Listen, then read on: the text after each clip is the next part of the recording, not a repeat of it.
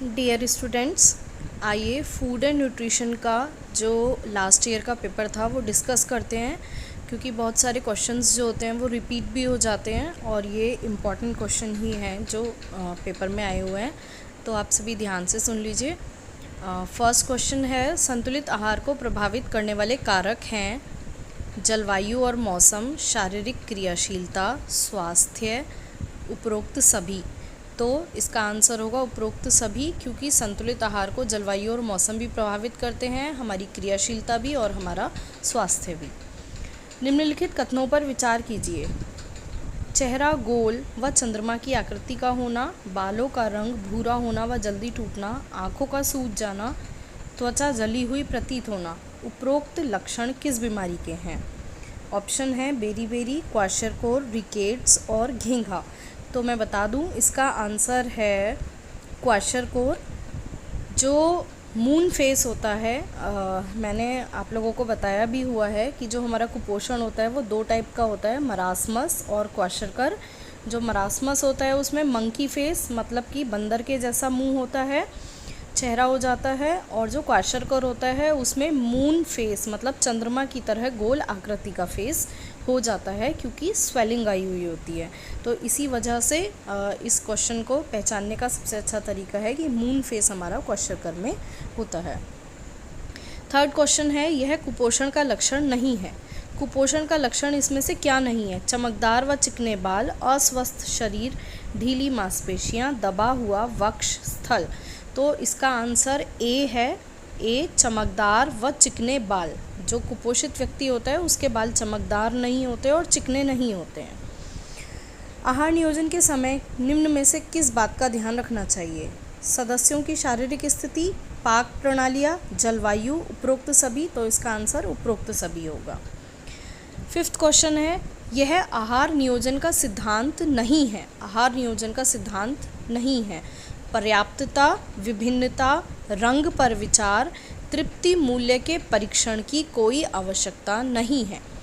तो इसका आंसर होगा डी, जिसमें लिखा है तृप्ति मूल्य के परीक्षण की कोई आवश्यकता नहीं है, क्योंकि तृप्ति मूल्य के परीक्षण की आवश्यकता भी होती है हमें आहार नियोजन करते समय। तृप्ति मूल्य क्या होता है? तृप्ति मूल्य होता है कि ऐसा भोजन बनाना चाहिए जिससे हमारा पेट भर जाए। अगर पोषक तत्व सारे हैं लेकिन तृप्ति नहीं मिल रही है, पेट नहीं भर रहा, तो वो आहार नियोजन का सिद्धांत मतलब नहीं है ऐसा भोजन। तो इसीलिए ये इसका आंसर है। कुपोषण के लिए निम्न में से क्या उत्तरदायी है? कुपोषण के लिए क्या उत्तरदायी है? गरीबी, मिलावट, अशिक्षा, उपरोक्त सभी। तो आंसर होगा उपरोक्त सभी। वह स्थिति जिसमें पोषण शरीर की आवश्यकता के अनुकूल होता है उसको हम क्या कहते हैं? सुपोषण, कुपोषण, अतिपोषण, अपर्याप्त पोषण। तो इसका आंसर भी ए होगा, सुपोषण। अनुकूल होना मतलब शरीर की आवश्यकता के अनुसार होना, तो ऐसा सुपोषण में होता है। भारत में कुपोषण की रोकथाम के उपाय हैं: सस्ते व पौष्टिक पूरक आहारों का बनाना, जनसंख्या पर नियंत्रण करना, रसोई के बगीचे को प्रोत्साहित करना, उपरोक्त सभी। तो इसका आंसर भी उपरोक्त सभी हो जाएगा। दालों के खमीरीकरण से बढ़ जाता है विटामिन B1, B2, ए और बी दोनों। उपरोक्त में से कोई नहीं। तो इसका आंसर सी होगा, ए और बी दोनों, क्योंकि दालों का जब हम खमीरीकरण करते हैं तो विटामिन बी जो होता है, चाहे वो B1 हो B2 हो, दोनों ही बढ़ जाते हैं। आँखों को स्वस्थ रखने के लिए डैश विटामिन युक्त भोजन बच्चों को देना चाहिए। तो आँखों को स्वस्थ रखने के लिए कौन सा विटामिन दिया जाता है? ए, बी, सी या डी। तो इसमें से आंसर होगा ए, क्योंकि विटामिन ए हमारी आँखों को स्वस्थ रखता है। कबूतर जैसी छाती किसमें पाई जाती है? शुष्क बेरी-बेरी, रिकेट्स, घेंगा या ऑस्ट्रोमलेशिया। तो बच्चों ध्यान रहे, जो रिकेट्स की बीमारी होती है ये बच्चों को होती है, जिसमें उनकी छाती जो होती है वो कबूतर के जैसी हो जाती है, आगे को निकली हुई। तो ये रिकेट्स की पहचान है। गर्भाधान हेतु यह विटामिन आवश्यक है। गर्भाधान हेतु विटामिन चाहिए कौन सा? ई, ए, डी या बी। तो इसका आंसर है ए, जो कि है विटामिन ई। तो गर्भाधान हेतु विटामिन ई की आवश्यकता होती है। विटामिन ई को हम anti fertility, anti sterility vitamin भी कहते हैं, मतलब कि ये फर्टिलिटी के लिए विटामिन ई ज़रूरी होता है, प्रजनन क्षमता को बढ़ाता है विटामिन ई। सुरक्षात्मक पौष्टिक तत्व हैं विटामिन और खनिज लवण, वसा और कार्बोज, प्रोटीन और वसा, प्रोटीन और खनिज लवण। तो ये बहुत ही आसान क्वेश्चन है। सुरक्षात्मक जो पौष्टिक तत्व होते हैं उनमें विटामिन और खनिज लवण आते हैं। निम्नलिखित में से कौन सा पौष्टिक तत्व रक्त अल्पता से बचाव हेतु आवश्यक है? रक्त अल्पता यानी कि एनीमिया, एनीमिया से बचने के लिए हमें कौन सा पौष्टिक तत्व लेना है? 14 नंबर क्वेश्चन। तो इसका आंसर है आयोडीन, विटामिन सी, लोहा या कैल्शियम। तो इसका आंसर होगा सी यानी कि लोहा। लोहे की कमी से एनीमिया हो जाता है। Question number 15, dash vitamin D को पाने का सबसे सस्ता, सुगम व सुलभ स्रोत है? जैतून का तेल, सरसों का तेल, सूर्य का प्रकाश या मछली का तेल? तो इसका आंसर हो जाएगा सूर्य का प्रकाश, क्योंकि हमारी त्वचा सूर्य के प्रकाश की उपस्थिति में विटामिन डी को संश्लेषित कर लेती है अपनी मतलब हमारी बॉडी में। विटामिन सी का सर्वाधिक प्रचुर स्रोत है? क्वेश्चन नंबर 16, विटामिन सी सबसे ज़्यादा किस में पाया जाता है? आंवला, दालें, खमीर या पत्ता गोभी? तो इसका आंसर है आंवला, क्योंकि विटामिन सी खट्टे फलों में पाया जाता है। कब्ज़ के निवारण हेतु निम्नलिखित में से क्या आवश्यक है? अधिकाधिक जल पीना, प्रतिदिन व्यायाम करना, रेशे युक्त भोजन को खाना, उपरोक्त सभी? तो इसका आंसर होगा उपरोक्त सभी।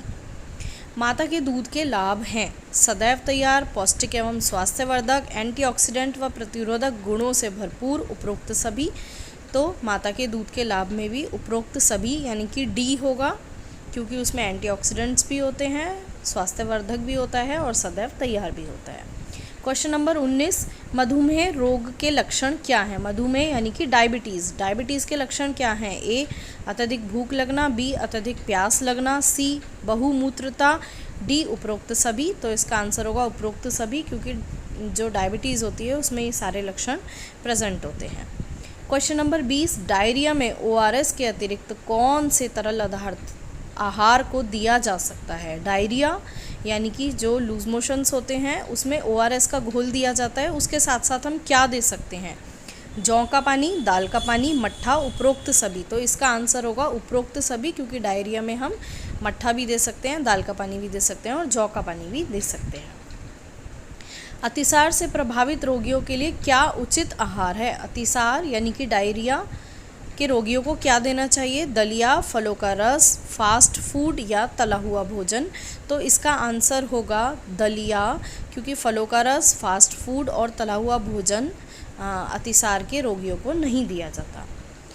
वयस्क हेतु सामान्य सिस्टोलिक और डायस्टोलिक रक्तचाप क्या है? सिस्टोलिक और डिस्टोलिक रक्तचाप जो होता है वो उसका आंसर है बी, यानी कि 120 और 80 मिमी पर एचजी, ये इसका आंसर है 120-80। क्वेश्चन नंबर 23, डैश अग्नाशय ग्रंथि के लैंगरहैंस की दीपिकाओं की कोशिका के द्वारा स्रावित होता है? इंसुलिन, प्रोलैक्टिन, थायरोक्सिन या ग्लाइकोजन? तो इसका आंसर है इंसुलिन। इंसुलिन आयरन जो हार्मोन होता है वो अग्नाशय की लैंगरहैंस ग्रंथियों के द्वारा स्रावित होता है। मानव शरीर का सामान्य तापमान कितना होता है? 98.1, 98.2, 98.3, 98.4 डिग्री फ़ारेनहाइट। तो इसका आंसर है D, 98.4 degree Fahrenheit. Question number 25, मधुमेह का इलाज इनके द्वारा किया जा सकता है? संतुलित आहार, नियमित व्यायाम, ए और बी दोनों, विटामिन ए की मेगा डोज? तो इसका आंसर है सी, यानी कि ए और बी दोनों, संतुलित आहार भी चाहिए और नियमित व्यायाम भी चाहिए। क्वेश्चन नंबर 26, संतुलित आहार में होना चाहिए केवल वनस्पति जन्य भोज्य पदार्थ, केवल प्राणीजन्य भोज्य पदार्थ, वनस्पति एवं प्राणीजन्य दोनों भोज्य पदार्थ, उपरोक्त में से कोई नहीं? तो इसका आंसर है सी, यानी कि वनस्पति जन्य एवं प्राणीजन्य दोनों भोज्य पदार्थ संतुलित आहार में होने चाहिए। क्वेश्चन नंबर 7 है, आईसीडीएस की सेवाओं के पैकेज में शामिल रहता है? आईसीडीएस की जो सेवाएं होती हैं उसमें क्या क्या मिलता है? ए, पूरक पोषाहार, दूसरा पूर्व स्कूल शिक्षा, तीसरा टीकाकरण, चौथा उपरोक्त सभी। तो इसका आंसर है उपरोक्त सभी, क्योंकि 6 साल तक के बच्चों को आईसीडीएस के अंतर्गत सारी सुविधाएं प्राप्त होती हैं। क्वेश्चन नंबर 28, पूरक आहार में क्या शामिल रहता है? तरल पूरक जैसे जूस, सूप आदि, ठोस पूरक जैसे बिस्किट, रस्क, टोस्ट आदि। अर्ध ठोस पूरक जैसे मसला हुआ सेब, दलिया आदि। या डी उपरोक्त सभी। तो इसका आंसर है डी उपरोक्त सभी, क्योंकि ये सारी चीज़ें जो हैं वो पूरक आहार में शामिल होती हैं। क्वेश्चन नंबर 29, कुपोषण के प्रभाव हैं दोषपूर्ण, शारीरिक वृद्धि, शारीरिक अपंगता, मृत्यु, उपरोक्त सभी। तो इसका आंसर होगा उपरोक्त सभी, क्योंकि अगर कुपोषण बढ़ जाता है तो मृत्यु तक हो सकती है। क्वेश्चन नंबर 30, किस रोग को 3D के रोग के नाम से जाना जाता है? एक बीमारी है जिसको हम 3D के नाम से जानते हैं, बेरी, स्कर्वी, रिकेट्स या पेलेग्रा। तो इसका आंसर है पेलेग्रा। पेलेग्रा जो होती है वो नियासिन यानी कि विटामिन B6 की कमी से होता है, जिसको हम 3D रोग के नाम से जानते हैं। तो ध्यान रखिएगा, 3D बीमारी जो होती है वो पेलेग्रा होती है। Question number 31, dash hormone glucose को ग्लाइकोजन में परिवर्तित करता है? ऐसा कौन सा हार्मोन है जो ग्लूकोज को ग्लाइकोजन में चेंज करता है? थायरोक्सिन, प्रोलैक्टिन, इंसुलिन या एड्रेनलिन? तो इसका आंसर है इंसुलिन। इंसुलिन ही ऐसा हार्मोन है जो कार्बोहाइड्रेट को, ग्लूकोज को हमारे शरीर में या हमारे रक्त में उसकी मात्रा को नियंत्रित करता है। क्वेश्चन नंबर 32, वह आहार जिसमें भोजन के सभी पोषक तत्व सही अनुपात में हों कहलाता है उपचारात्मक आहार, संतुलित आहार, ए और बी दोनों, या मृदु आहार? तो इसका आंसर होगा संतुलित आहार। जिसमें सभी पोषक तत्व सही मात्रा में होते हैं उसे हम संतुलित आहार कहते हैं। क्वेश्चन नंबर 33, आहार नियोजन को प्रभावित करने वाले कारक हैं? आयु और शारीरिक क्रिया, व्यक्ति की पसंद, धर्म और सांस्कृतिक स्वरूप, उपरोक्त सभी। तो इसका आंसर होगा उपरोक्त सभी। क्वेश्चन नंबर 34, निम्नलिखित सभी उच्च जैविकीय मूल्य युक्त पूर्ण भोज्य प्रोटीन निम्नलिखित सभी उच्च जैविकीय मूल्य युक्त पूर्ण प्रोटीन भोजन है सिवाय। उच्च जैविकीय मूल्य युक्त मतलब कि हाई बायोलॉजिकल वैल्यू, जो हमारा प्रोटीन होता है उसकी बायोलॉजिकल वैल्यू होती है हाई क्वालिटी या लो क्वालिटी। तो जिनकी बायोलॉजिकल वैल्यू यानी कि उच्च जैविकीय मूल्य हाई होती है वो प्रोटीन अच्छे माने जाते हैं। तो वो कौन सा प्रोटीन है? फलियां और अनाज, दूध और पनीर, सोया उत्पाद, अंडा और मांस। तो इसमें हमारा आ जाएगा फलियां और अनाज, क्योंकि दूध में भी अच्छा प्रोटीन पाया जाता है, सोया में भी अच्छा प्रोटीन पाया जाता है और अंडे और मांस में भी अच्छा प्रोटीन पाया जाता है, इसीलिए इसका आंसर होगा ए। क्वेश्चन नंबर 35, एक उच्च रक्तचाप से पीड़ित व्यक्ति को कम कर देना चाहिए। उच्च रक्तचाप यानी कि जिसको हाई ब्लड प्रेशर है उसको इनमें से क्या नहीं लेना चाहिए? Sodium, potassium, calcium, magnesium. तो इसका आंसर है ए यानी कि सोडियम। जिनको हाइपरटेंशन की बीमारी होती है, उच्च रक्तचाप होता है, उनको सोडियम नहीं लेना चाहिए। क्वेश्चन नंबर 36, बुखार में शारीरिक परिवर्तन होता है?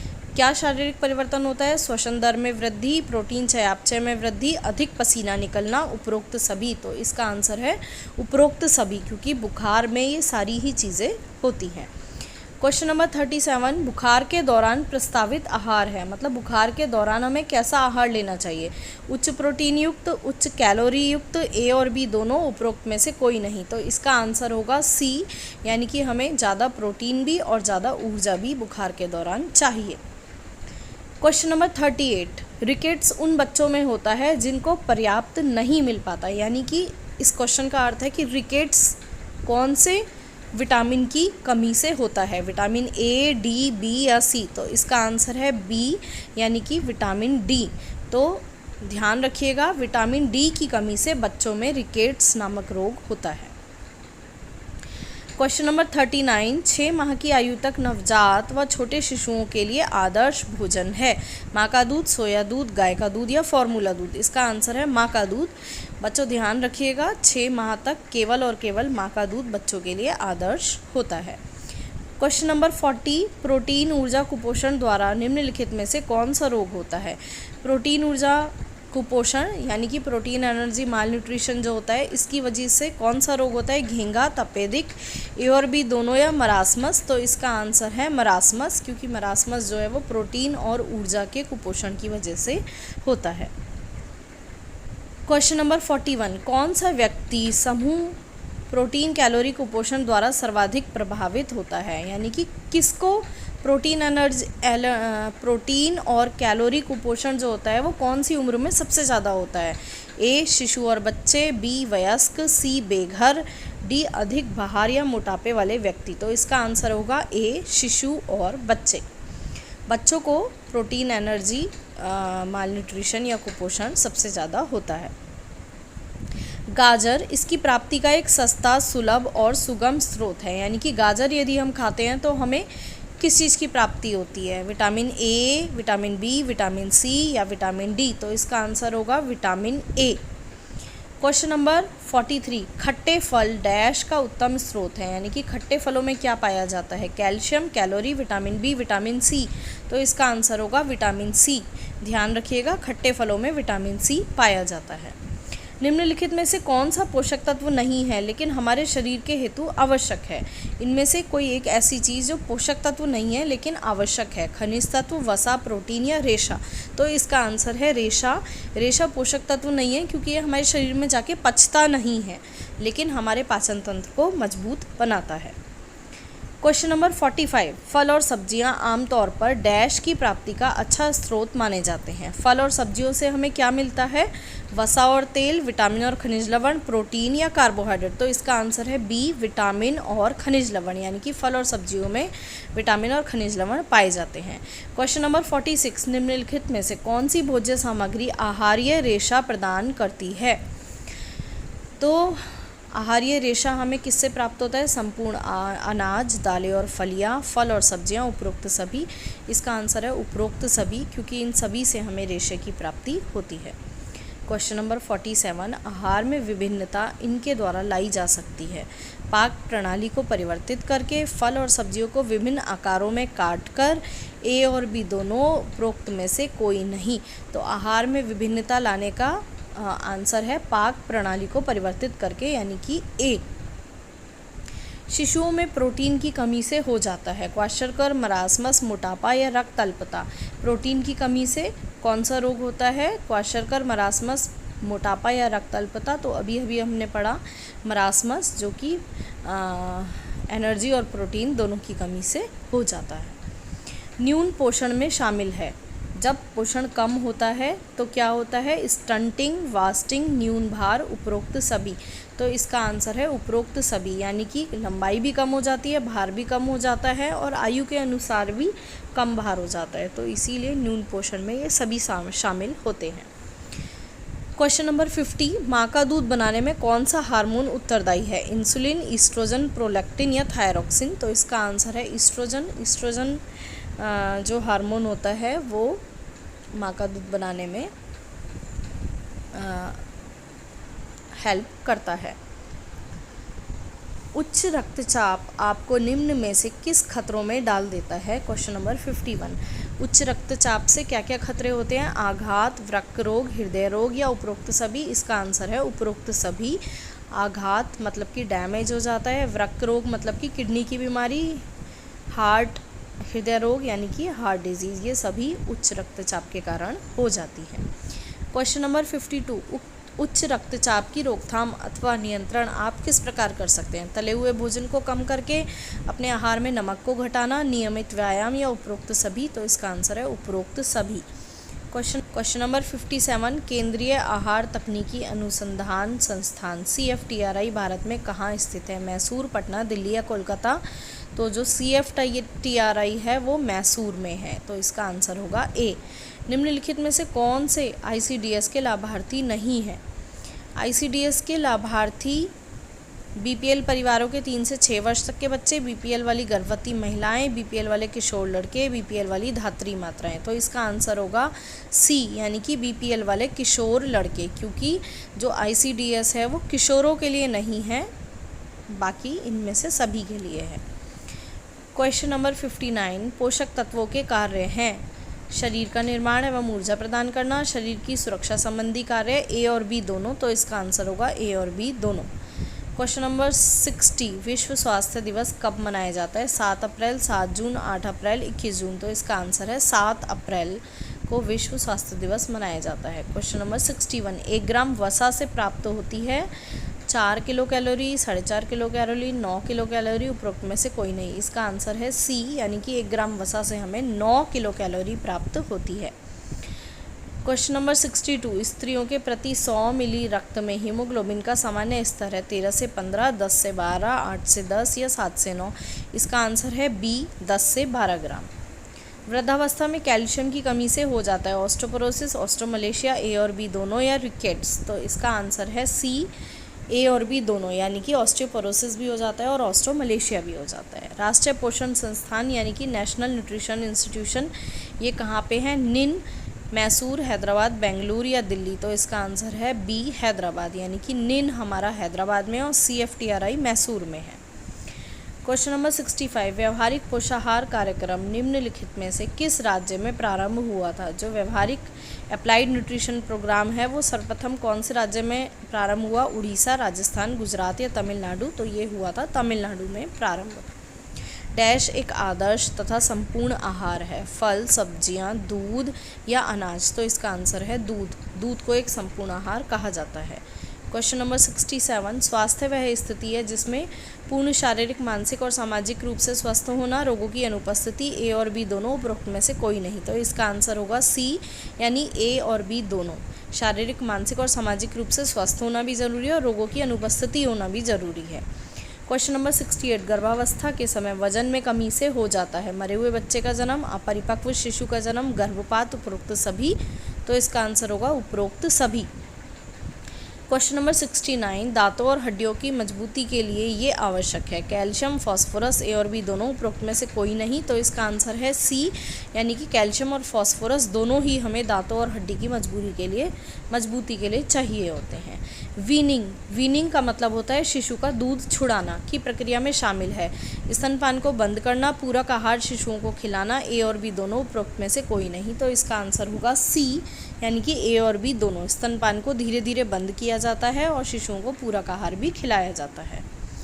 क्वेश्चन नंबर 71, 6 माह तक के शिशुओं की प्रोटीन संबंधी आवश्यकताओं की पूर्ति इनके द्वारा होती है? माँ का दूध, दाल का पानी, उबला अंडा, उपरोक्त सभी। तो इसका आंसर है माँ का दूध, क्योंकि 6 माह तक के बच्चों को केवल माँ का दूध ही दिया जाता है। क्वेश्चन नंबर 72, छिपी हुई भूख यानी कि हिडन हंगर किस प्रकार की हीनता को कहा जाता है?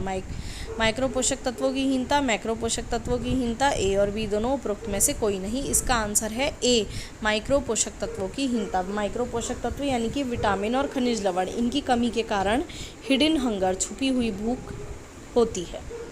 क्वेश्चन नंबर 73, जीवन के प्रथम 1000 दिन को यह समय माना जाता है? बच्चे के पहले से तीसरे जन्मदिन का समय, गर्भाधान से बच्चे के द्वितीय जन्मदिन का समय, बच्चे के दूसरे से चौथे जन्मदिन का समय, उपरोक्त में से कोई नहीं।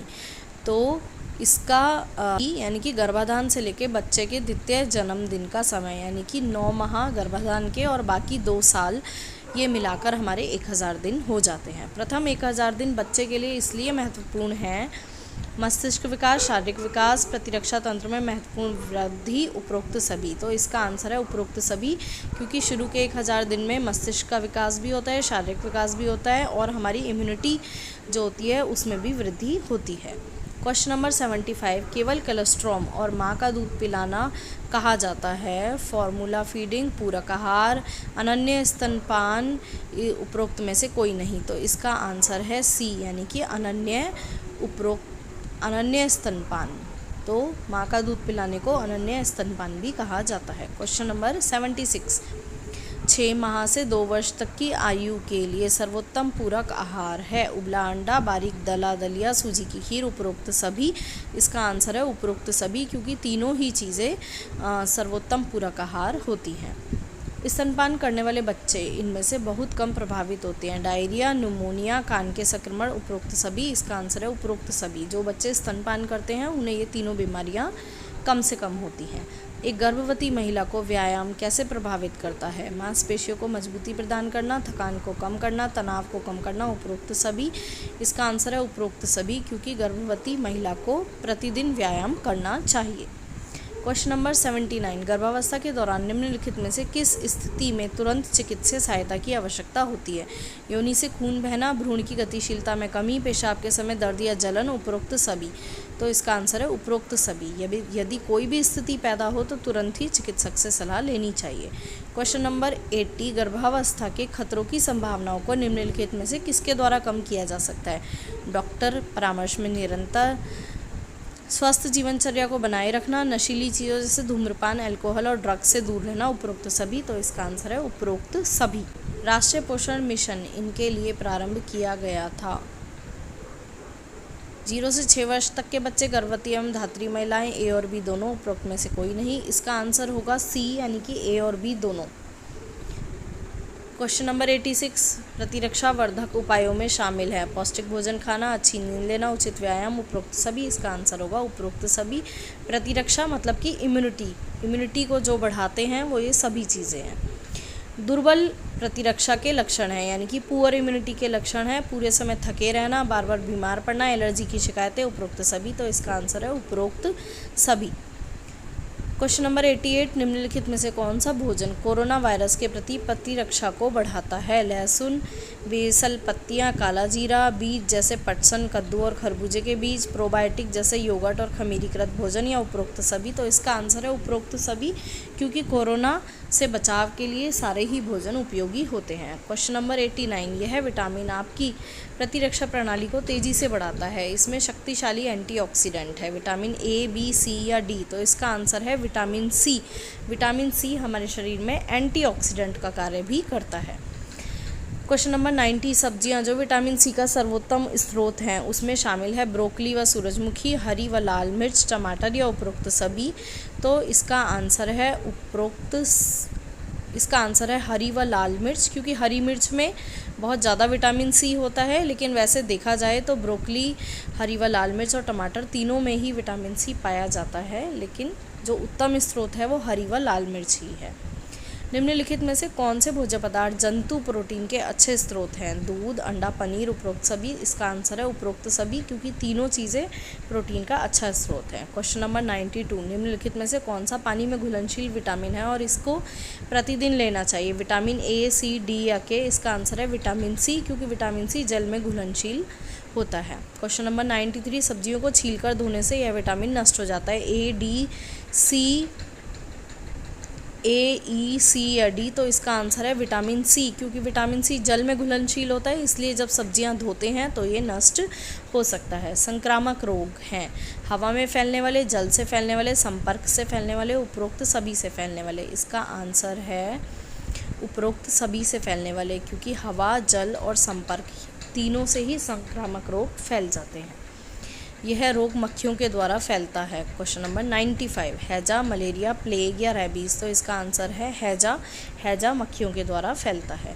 क्वेश्चन नंबर 96, एड्स के लक्षण है लंबे समय तक चलने वाला हल्का बुखार, डायरिया की शिकायत, वजन की कमी, उपरोक्त सभी? तो इसका आंसर है उपरोक्त सभी, क्योंकि ये सारे लक्षण एड्स में होते हैं। 2021 को संयुक्त राष्ट्र द्वारा किस वर्ष के रूप में घोषित किया गया है? अंतर्राष्ट्रीय फल एवं सब्जी वर्ष, पोषण वर्ष, कुपोषण वर्ष? इनमें से कोई नहीं। इसका आंसर है ए, अंतर्राष्ट्रीय फल एवं सब्जी वर्ष। आपके आहार का आधा हिस्सा इसका होना चाहिए। फल एवं दूध, दूध एवं सब्जियां, अनाज एवं सब्जियां, वसा एवं शर्करा? तो इसका आंसर है सी, अनाज एवं सब्जियां, मतलब आधा भाग हमें अनाज और सब्जियों का खाना चाहिए। क्वेश्चन नंबर 99, ब्रेड, चावल, अनाज समूह इसका अच्छा स्रोत है? कार्बोहाइड्रेट, प्रोटीन, वसा या कैल्शियम? तो इसका आंसर है कार्बोहाइड्रेट, क्योंकि अनाजों और चावल और ब्रेड से हमें कार्बोहाइड्रेट मिलता है। क्वेश्चन नंबर 100, दूध, पनीर या योगर्ट समूह इनके लिए महत्वपूर्ण है? दांतों के लिए, मांसपेशियों के लिए, मजबूत हड्डियों के लिए, उपरोक्त सभी के लिए? इसका आंसर होगा उपरोक्त सभी के लिए, क्योंकि दूध, पनीर और योगर्ट सभी चीज़ों में अच्छा प्रोटीन और कैल्शियम पाया जाता है, जो हड्डियों, मांसपेशियों और दांतों सभी के लिए उपयोगी होता है। तो इस प्रकार बच्चों आप लोगों ने 100 क्वेश्चंस पूरे देखे, इन्हें आप अच्छे से याद कर लीजिएगा, क्योंकि इसमें से बहुत सारे क्वेश्चंस रिपीट हो जाएंगे।